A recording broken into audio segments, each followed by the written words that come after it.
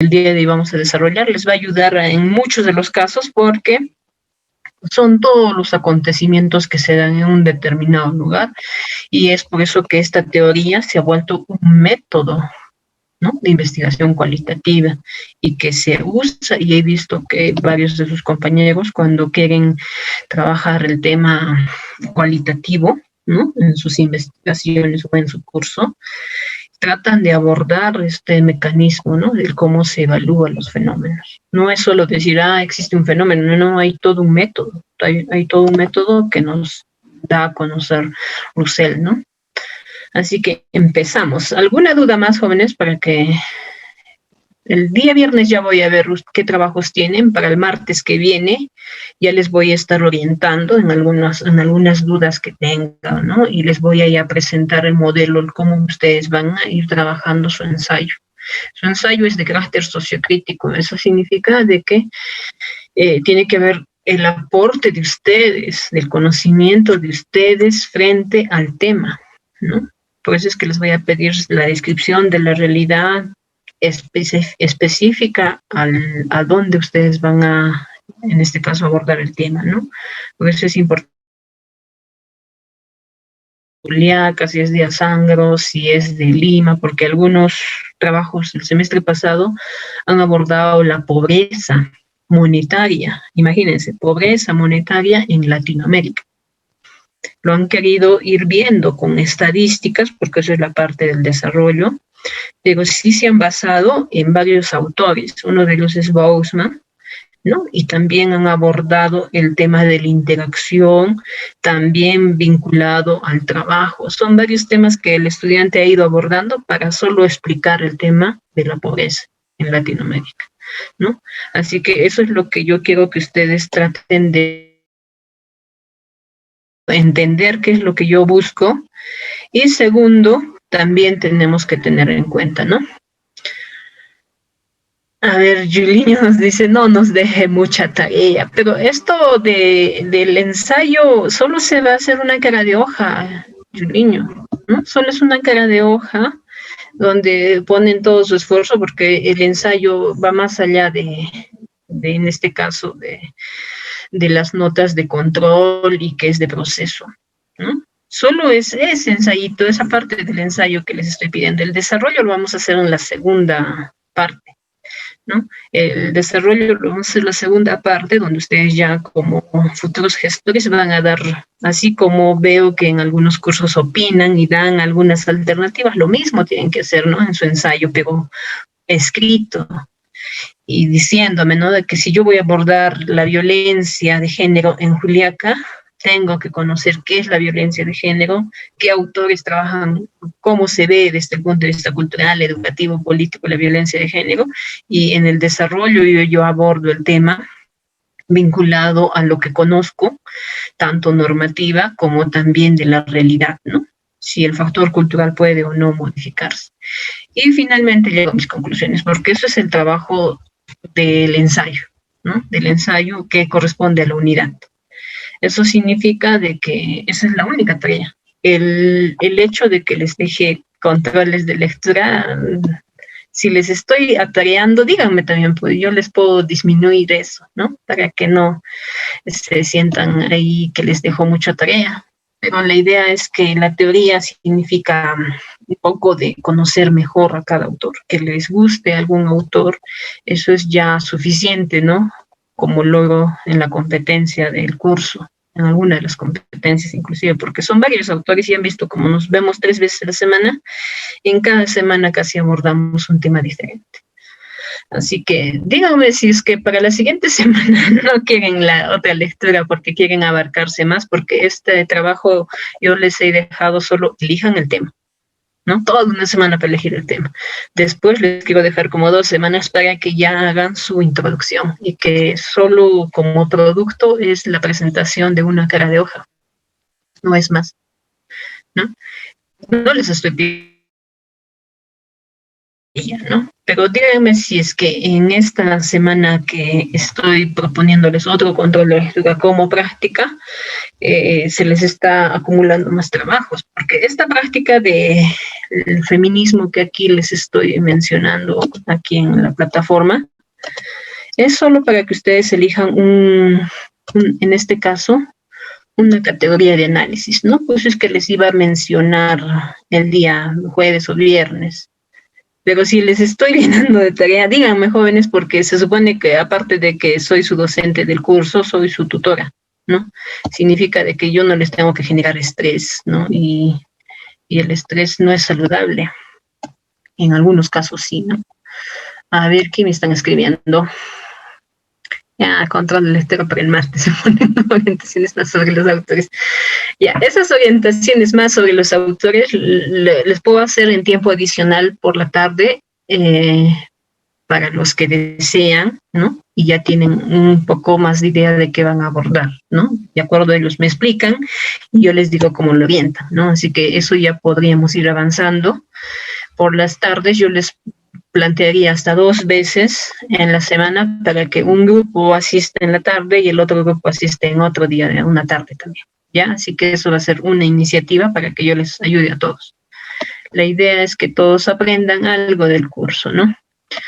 Algo querías decirme, su compañero que había levantado la mano. Sí, doctora, la siguiente semana sí nos podía dejar un poco libre de tiempo de lectura, que algunos cursos estamos atareados un poco. Solo por Ay, mi parte, así que ya. ya, muy bien. Después Ya, ya nos dejas también, creo. ya, Miguel, ya, jóvenes, es que tienen que decirme, pues yo programo porque pienso que lo que estamos avanzando a una semana de leer al menos un poco es saludable, ¿no? Pero bueno, si están atareados, háganme conocer, pues se supone que soy su tutora y también tengo que ayudarles de alguna forma a que se descongestionen, pero para la semana que viene, la que es la semana 7, 8, yo no les pienso dejar mucha tarea porque uno ya van a estar agarratándose de trabajos, porque ya va a finalizar la primera unidad, ¿no? Por eso es que ya quería tener esta práctica, sí la van a postergar, me están diciendo qué fecha me han dicho para el martes, ¿no? Pero esto es leer primero el documento y de ahí sacar una categoría de análisis como práctica. Esa categoría de análisis significa de que, por ejemplo, ¿qué diferencia hay entre una variable y una categoría de análisis, ¿no? De acuerdo a los enfoques, tanto cualitativo como cuantitativo, una variable tiene características que puedan ser evaluadas, medidas y cuantificadas. En cambio, una categoría de análisis va a estar vinculado a la definición, al significado y sobre todo, ¿no? A lo que se expresa del contexto en el que se puede desarrollar. Por ejemplo, una categoría bastante conocida por ustedes es violencia. Y si esa violencia va acompañada de violencia psicológica, ya tiene un significado para ustedes, ¿no? Eso solo era para esta semana, pero para la siguiente semana, mejor dicho.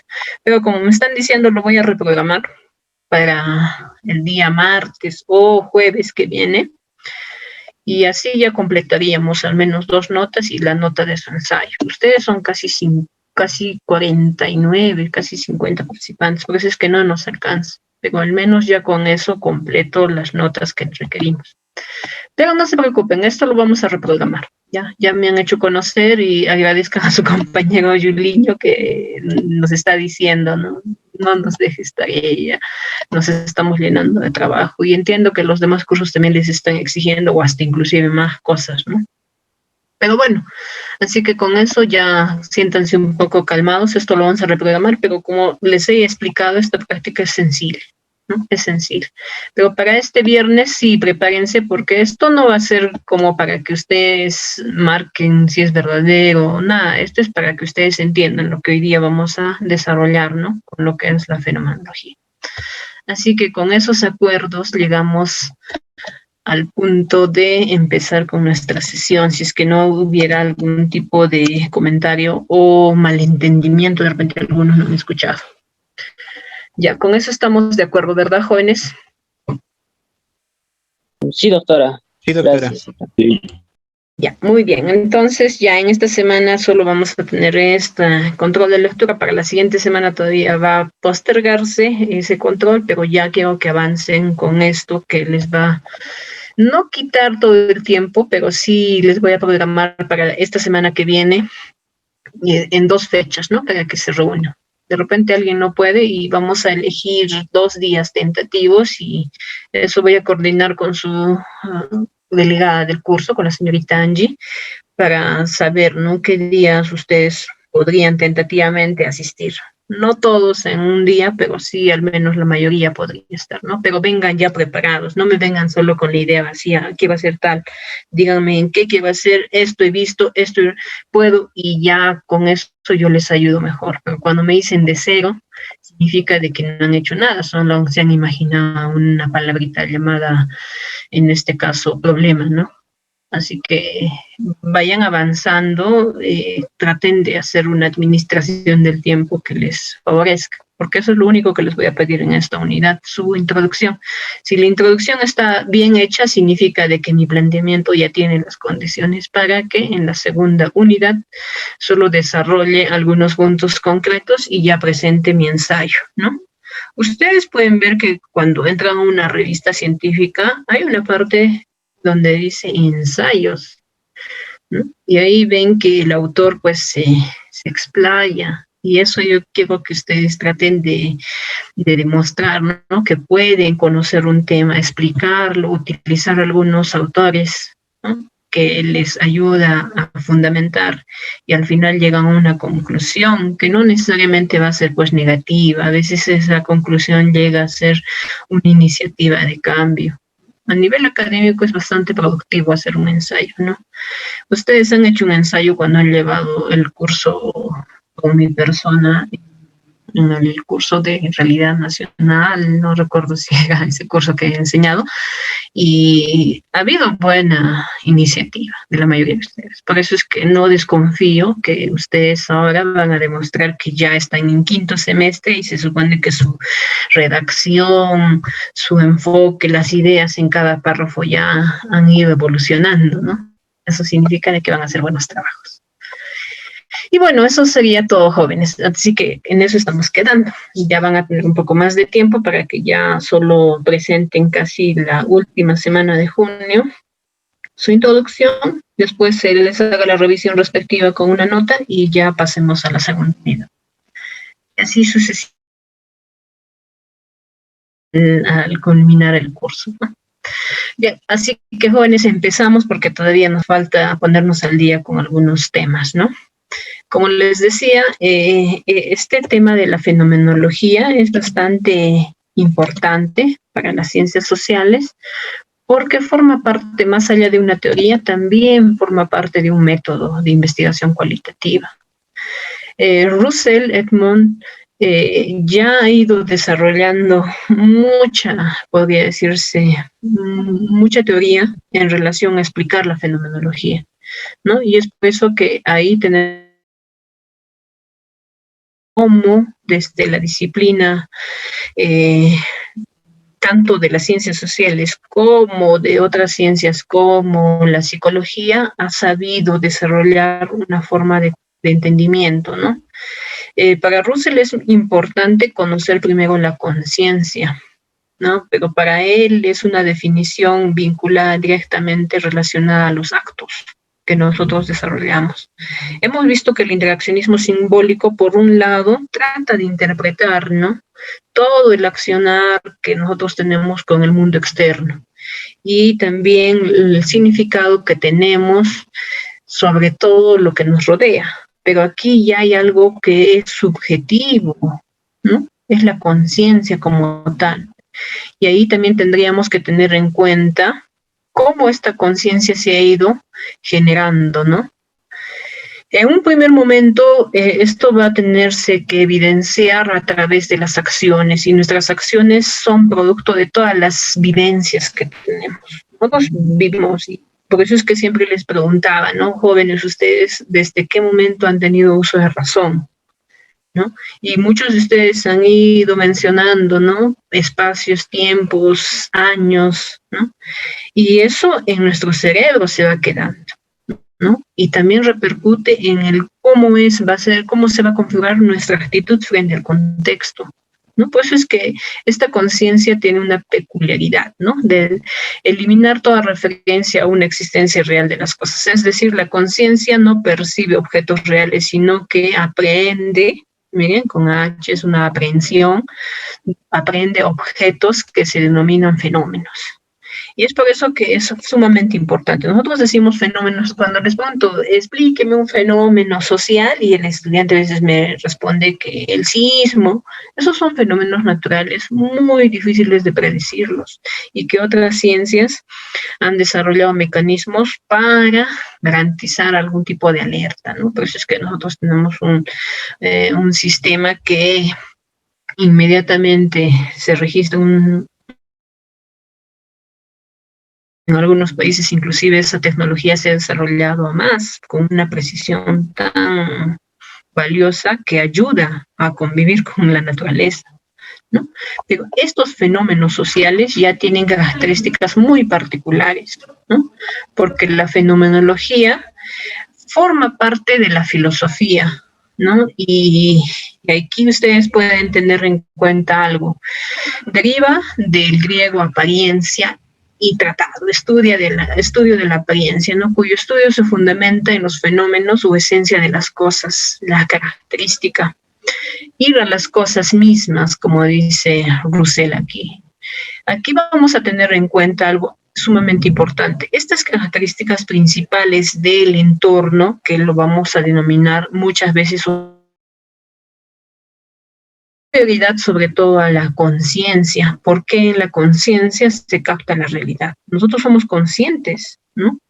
Uno puede ser inconsciente en el sentido de que esté bajo una situación, ¿no? Que no necesariamente sea real, ¿no? Y me refiero cuando alguien está, no eres consciente cuando estás con una anestesia, por ejemplo, ¿no? No estás con tus 5 sentidos cuando has tomado el licor. En cambio, cuando nosotros somos conscientes de la realidad, nuestros actos van a tener un grado alto de raciocinio, ¿no? Racionalidad, y ahí vamos a llegar a elegir y dar una respuesta hacia un estímulo que el entorno nos da, ¿no? Pues es que aquí en la imagen ustedes ven, a veces nosotros vivimos en un mundo de preguntas, pero esa pregunta es incógnita a través del proceso de la mente, del pensamiento, del razonamiento que tenemos, va generando una idea, ¿no? Esa idea también llega a volverse una incógnita. Y esto es un mecanismo que casi siempre desarrollamos, ¿no? Por ejemplo, ahora me dicen, a ver, ¿qué es la corrupción? ¿No? Ya empezamos a elaborar todo lo que conocemos, hasta qué punto también hemos ido conociendo ese término. De ahí ya nos surge una idea, pero también esta idea es producto del conocimiento que puede ser fundamentado por autores, ¿no? Ustedes no sabían hace 20 años qué era la A, qué significaba la más, ¿no? Como simbología en un curso determinado, y ahora siguen aprendiendo, ¿no? Siguen generándose incógnitas, y eso también es parte de la naturaleza, ¿no? De la fenomenología. Las incógnitas surgen, ¿no? También hay que tener en cuenta algo importante. Cuando se habla de la fenomenología, consiste en examinar todos los contenidos de la conciencia, determinar si tales contenidos son reales, ideales, imaginarios. Y aquí va mucho de lo que se ha ido construyendo en nuestro cerebro. Por eso es que cuando yo les preguntaba en clases pasadas, ¿no? Los miedos, ¿no? ¿Son reales, son imaginarios, son supuestos? Inventados en el contexto en que nosotros tenemos, ¿no? ¿Qué idea tenemos de? Por ejemplo, cuando se trabaja el tema de cualificar un discurso, ¿qué idea tiene una mujer de 80 años sobre la cocina, por ejemplo? ¿No? Y en algunos casos también la imaginación es pues bastante importante, Gracias a la imaginación se han generado cambios en el mundo, ¿no? Imagínense si no tendríamos el poder de imaginar. Ustedes han visto, por ejemplo, los dibujos en películas tienen un grado muy alto de imaginación que solo el ser humano puede lograr, ¿no? ¿Quién se ha imaginado que un ovni tiene esa figura, ¿no? O un ser que no necesariamente lo conocemos racionalmente, por ejemplo, un ángel o un demonio o algo así, ¿no? Lo imaginamos con cachos, con una figura específica que nuestro imaginario lo ha ido internalizando y tenemos miedo inclusive. Hay que tener en cuenta que esto también va de la mano con lo que nosotros conocemos como fenomenología, ¿no? Suspender la conciencia fenomenológica de manera que tal resulte posible atenerse al lado, no, a lo dado en cuanto a tal describirlo en su pureza, ¿no? La conciencia fenomenológica hace referencia a que cómo es posible comprobar esto. Eso significa de que lo real va a tener mecanismos, lo ideal va a tener mecanismos también de saber, ¿no? Por ejemplo, si tú preguntas a un niño qué significa hacer cosas buenas y qué significa hacer cosas malas, ya vas a poder construir en este caso en tu procedimiento como investigador, ¿no? Ya poniéndonos en el rol de que estamos investigando, por ejemplo, y tendríamos que reconocer, ¿no? Hasta qué punto tanto estos ideales como imaginarios ha hecho de que se identifique, en este caso, una forma de evidenciar la realidad, ¿no? Y el niño reconoce. Es tan impresionante el aprendizaje que tienen los pequeños en ciertas etapas, que ahí podemos demostrar cómo va a ser una tendencia en el futuro, sobre todo de ese individuo, ¿no? Y ahí el término describir la pureza significa saber cómo piensa, ¿no? Cómo piensa, cómo siente. Y eso sí. El positivismo de Russell, el positivismo tiene una postura muy particular. Ustedes en epistemología han podido, ¿no?, reconocer qué era el positivismo, ¿no? Cuando se suponía que tenía que haber en este caso, un objeto al cual reconocerlo como tal y no llegar a abstracciones, era el positivismo, ¿no? Y aquí, por ejemplo, se menciona algo importante. Consiste en negar a hacer todo juicio de existencia. No afirma ni niega la realidad de las cosas o su existencia, porque este positivismo de Russell indica que no hay tampoco escepticismo. No es que dude, no duda porque sí, porque si dudara cambiaría el género del acto, y si yo niego la realidad de los objetos o lo afirmo o la pongo en duda, cambio la cualidad del acto. Miren aquí, esto resulta siendo hasta confuso, porque eso es cierto, cuando uno trata de conocer la realidad y si llega a haber alguien que incida que esa realidad tenga un grado un tanto muy difuso, sobre todo cuando estas cualidades tendrían que ser, en este caso, evidenciadas, ¿no? Porque hay que reconocer, cuando se habla de cultura, por ejemplo, van a ustedes ver que es muy amplio. Sin embargo, tendríamos que reconocer hasta qué punto podemos llegar a conocer lo que creemos de la cultura, ¿no? Y me refiero sobre todo a conocer la cualidad de los actos, ¿no? Y ahí también surge una gran hipótesis, ¿no? ¿Hasta qué punto podemos creer? Porque acá ya se menciona el positivismo como corriente de pensamiento y también el hecho de que no se crea en mucho de lo que existe, porque hay que reconocer algo importante. Esta fenomenología que se pretende en este momento utilizar, ¿no?, como método de investigación, tiene lados muy particulares, porque acá ustedes pueden ver la percepción del individuo va a ir variando en relación a lo que se representa del objeto y también el acto intencional, ¿no? Por eso es que tenemos el noema y noenesis. Esto ustedes de repente en epistemología ya lo han llegado, ¿no? Sin embargo, acá vamos a mencionar algunas características, ya que nosotros vamos a interpretar la realidad. Y al querer interpretar esa realidad, vamos a percibir una realidad, pero no desde el punto de vista limitado hacia dos posiciones, una como el investigador y el otro como el investigado. Por ejemplo, ahora ustedes que me mencionaron el tema de la democracia, ahora ese término ha sido muy utilizado. Pensamos que cuando se habla de la democracia, tenemos primero que especificar qué tipo de democracia queremos explicar, ¿no? En nuestro país tenemos una democracia, ¿no?, legítima, aceptada, pero con diferencias en el sentido que hay tipos de democracia que se han aplicado.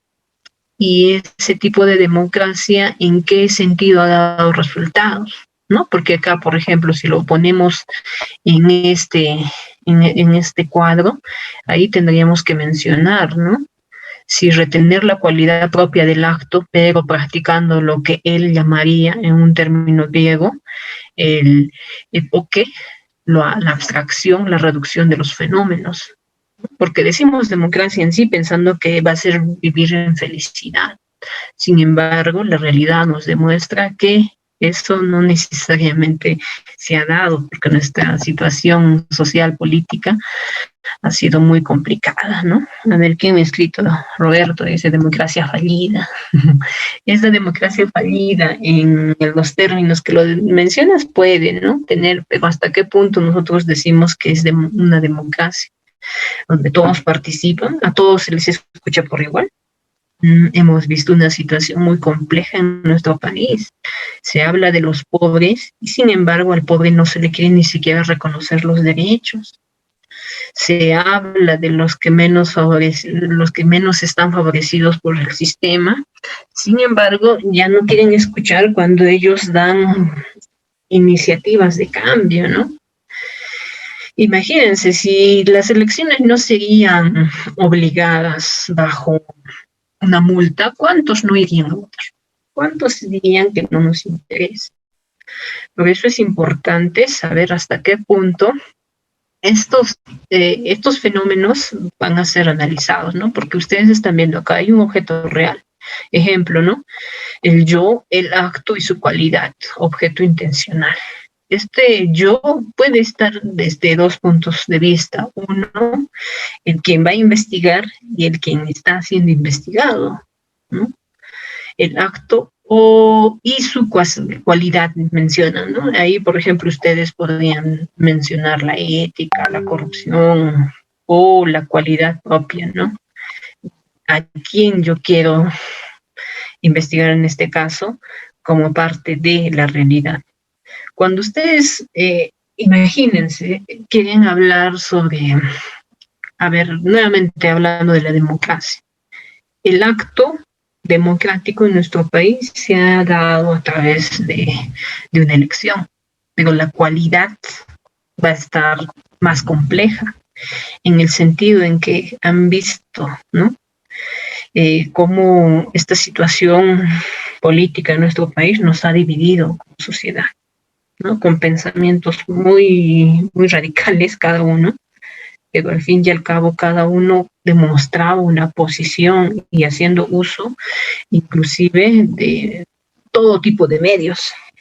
Ustedes han visto cómo el juego del poder ha generado conflictos en nuestro contexto. El objeto intencional ya ahí tendría que ver, ¿no?, mucho de qué es lo que queremos analizar. Este objeto intencional va de la mano con lo verdadero que se va a extraer, ¿no?, de la acción. Este objeto intencional forma parte también de nuestro mismo pensamiento, en el sentido de que nosotros queremos reconocer que quiero interpretar lo que él dice. Por ejemplo, ustedes podrían llegar a imaginarse cómo un hombre llega a matar a su pareja, ¿no? el objeto real es que haya una muerte, es un fenómeno condenado por la sociedad, ¿no? Pero la representación del objeto que se da, el acto y la cualidad, significa de que esto va de la mano con muchos factores, ¿no? Ahí está la educación, los valores, la ética, la moral, cómo han sido criados, son varios, ¿no? Pero el objeto intencional va a ser identificar del por qué ha matado. Si sabemos que está condenado en nuestro país, ¿no? Está condenado a la pena privativa de la libertad, ¿no? Sin embargo, esa situación, el momento en que nosotros como investigadores llegamos a identificar una situación, vamos a tener en cuenta que esto es una cadena muy compleja a veces de entender, ¿no? Aquí vamos a ver un texto de uno de los proyectos más importantes del siglo XX, ¿no? La fenomenología trascendental. Russell en este texto hace distinciones, miren aquí, entre conjuntos finitos, los sensibles, y los conjuntos infinitos categoriales, ¿no? ¿Hasta qué punto nosotros somos sensibles en el sentido de que construimos conciencia? Y hasta qué punto también elegimos categorías en las que podemos explicar sobre todo, ¿no? El tema de lo real. Por ejemplo, aquí este conjunto finito, ustedes pueden ver, se sitúa en el nivel de la percepción sensible. Cuando yo pregunto, ¿cuántos de ustedes ayudarían, por ejemplo, a una persona frente a un acto delincuencial, ¿no? Le están robando. ¿Cuántos de ustedes se meten sabiendo de que el delincuente está con arma? Muchos de ustedes podrían tener respuestas acertadas, ¿no? Vinculadas a que si yo me pongo en el lugar del otro y cómo podría reaccionar, pero en algunos casos esa percepción va a ir variando de acuerdo también a mi realidad. Algunos sienten que pueden salir heridos y no simplemente lo piensan y se alejan, se escapan, ¿no? Y eso también hay que tener en cuenta. La percepción sensible va a ser siempre producto del entorno y la reacción inmediata que tú puedes tener. Y los conjuntos infinitos se sitúan a un nivel de categoría, ¿no? He visto en este caso un asalto y solo voy a tener en cuenta, ¿no? Cómo esto podría estar vinculado, ¿no? Cuando este categorial trata de explicarlo un poco más, Russell, sobre todo se va a vincular al cómo va a responder, ¿no? ¿Cómo llegamos a estos conjuntos infinitos? Responderá de cómo no podemos captar sensiblemente conjuntos infinitos, partimos de la captación sensible de algún miembro de dicho conjunto para continuar con una construcción simbólica. Categoría intelectiva, dice acá. Pues es que les decía, yo en lo categórico solo digo he visto, he percibido y hay inseguridad, ¿no? Pero lo sensible ya me dice, ¿no? He visto, siento y a veces nos ponemos a llorar. Por ejemplo, si ustedes ven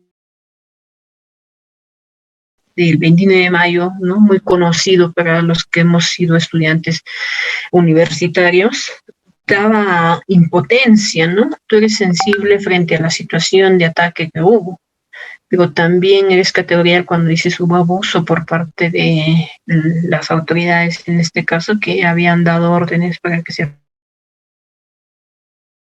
llegas a nuevamente vivirlo, porque ahí también juega de cómo nuestro cerebro puede recrear imágenes en su momento, ¿no? Es importante que esta fenomenología trascendental llegue a un punto, sobre todo, en el que nos ayude, ¿no? Nos ayude a entender, porque las vivencias que se dan en contextos, por esto es fenomenología, ¿no? Porque salen de un contexto y se vuelven parte inclusive de los hechos históricos, ¿no? Amiga Celia menciona algo, caso Inti. Claro, lo que hace poco, en noviembre pasó, ¿no? ¿A quién no le duele que alguien llegue a ser protagonista de estos fenómenos, ¿no? Pero cuando vemos cómo se puede interpretar esto, ¿no? Ha habido situaciones, percepciones muy vinculadas, ¿no? Del contexto, porque si es que la gente sale a marchar, pero también hay algo que nos llama la atención, ¿no? Hay personas que critican esa lucha constante que los jóvenes hacen. No, no era joven, era un delincuente en tirapiedra y eso es lo que a veces genera un poco de molestia, ¿no? Cuando no todos perciben lo que para otro grupo puede ser indignante. Así que eso también hay que tener en cuenta. Y aquí se menciona la filosofía aritmética muestra el primer intento de Russell por fundamentar el edificio de las matemáticas, ¿no? Aunque no lo crean, al ser positivista Edmund Russell también ha habido mucha contribución por parte de la filosofía que él daba, ¿no? En su momento, porque en las investigaciones lógicas siempre se pretendía, ¿no? Por eso es importante. Si ustedes leen a Mario Bunge, ahora les va a ayudar mucho a entender estos mecanismos. Por ejemplo, aquí ustedes pueden ver la intención fundamental de Russell. Consiste en devolverle a la filosofía el estatus científico que perdió en las últimas décadas del siglo XIX, ¿no? Donde el pensamiento psicologista dominaba, propugnando que la psicología era el fundamento de la filosofía, especialmente en la lógica, ética, estética y tratando de pensamientos. Miren, aquí hay un experimento. Nuestro pensamiento puede estar sujeto a mecanismos, y esta es la fenomenología lo que trata de hacer, ¿no? Trata de recrear lo que la mente del individuo pretende, ¿no? Si él piensa en, o ella piensa en algo, porque esto es una representación de ideales, pero también la fenomenología propone, ¿no? Específicamente cómo esto se puede, en este caso, objetivizar. Y finalmente acá ustedes pueden ver algo bastante, ¿no? Llamativo, y ahí pueden ver la intención de Russell era tener todo un diagrama del acto y el objeto, ¿no? Y aquí podemos ver el contenido, va a ir variando de acuerdo a la percepción, ¿no? Lo real, lo ideal, lo psicológico y lo lógico. Y ahí está el tema inmanente y el tema intencional. Muchas veces nosotros intencionalmente realizamos acciones porque forma parte de nuestra convivencia.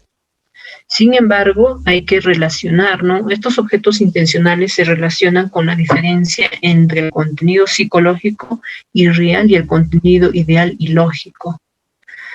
Porque para algunos lo que él hace es algo ilógico, ¿no? Sin embargo, su comportamiento lo va a determinar, pero lo real es que a veces llegamos a puntos en los que no necesariamente pueden tener una objetividad misma. Resulta de repente algo confuso para ustedes, pero céntrense más en el acto y en el objeto, ¿no? Nosotros trabajamos siempre nuestras acciones en relación a un objeto que va a estar priorizado por nosotros mismos, ¿no? Nuestros actos van a ser reales y llevan mucho de estos comportamientos que nosotros construimos, ¿no? Lo ideal, lo lógico, porque la vertiente fenomenológica tenía pues un fundamento más que todo psicológico, ¿no? Y aquí vamos a ver el método fenomenológico. Permite desarrollar, o en este caso detallar el sentido de las cosas, viviéndolas como fenómenos de conciencia. Y ahí ustedes se van a recordar, cuando hablo de fenomenología, es todo un método, y este método entendamos como un procedimiento, una forma de actuar, ¿no? Sobre todo, todas las vivencias que nosotros vamos desarrollando, que nos generan conciencia. Somos conscientes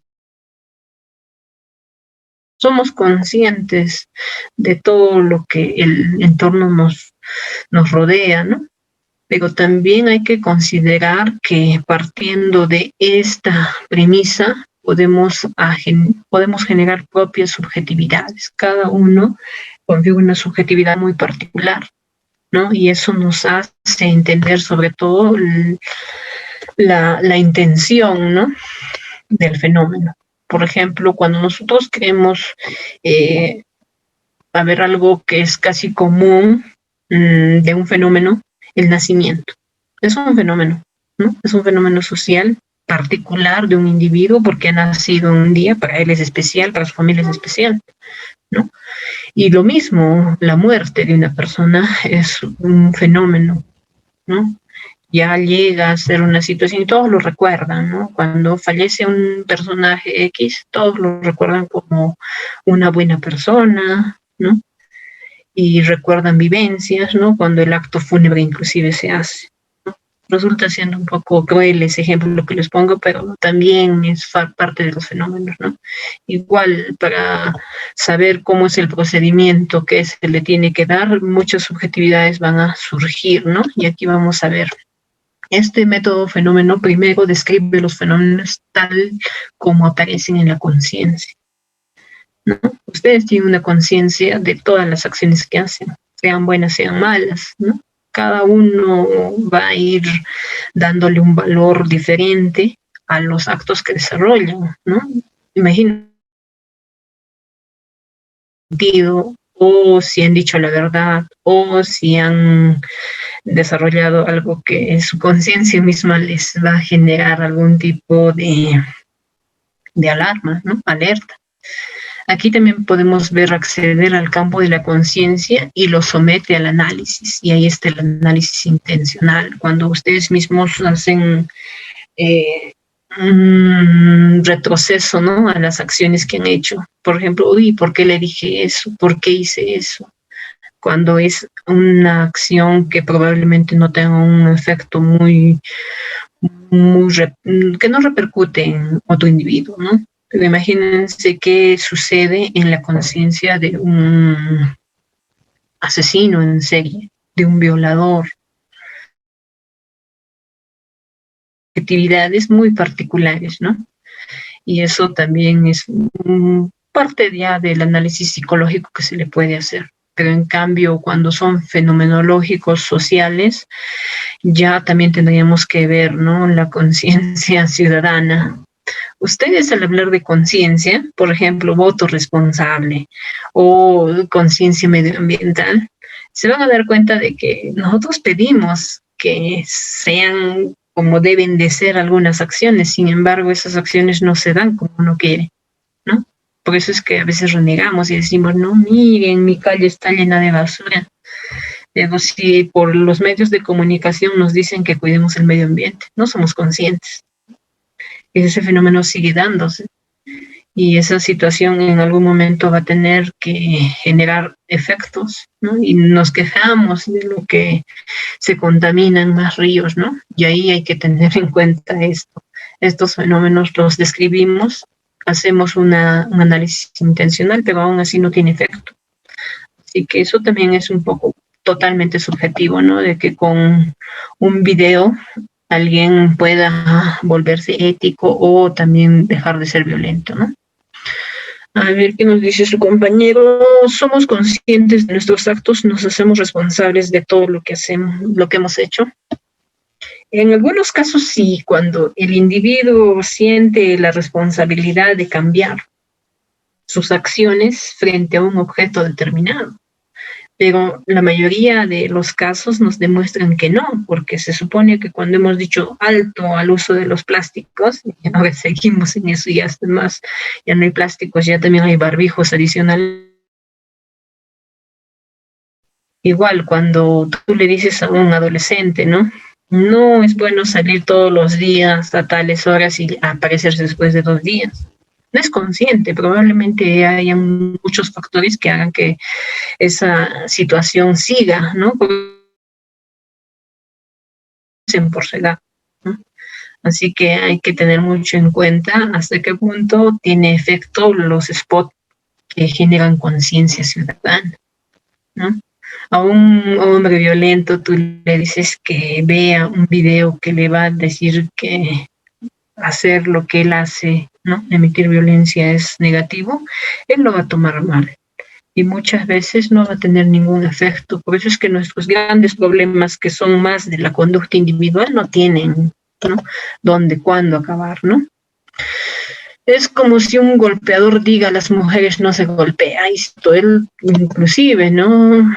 Va a tener una reacción más agresiva inclusive, ¿no? Así que este método fenomenológico es importante. Por eso es que, por ejemplo, yo les digo, el querer incidir como investigador para que esa conciencia cambie es muy complicado. Pues es que nosotros tenemos iniciativas de cultura para cambiar, no lo hacemos, ¿no? A ver, Ángel nos dice, todos usamos la conciencia si nos afecta. A nuestra conveniencia utilizamos muchas veces, ¿no? Y si nos afecta y le afecta al otro, ya se privan derechos. Eso también hay que tener en cuenta.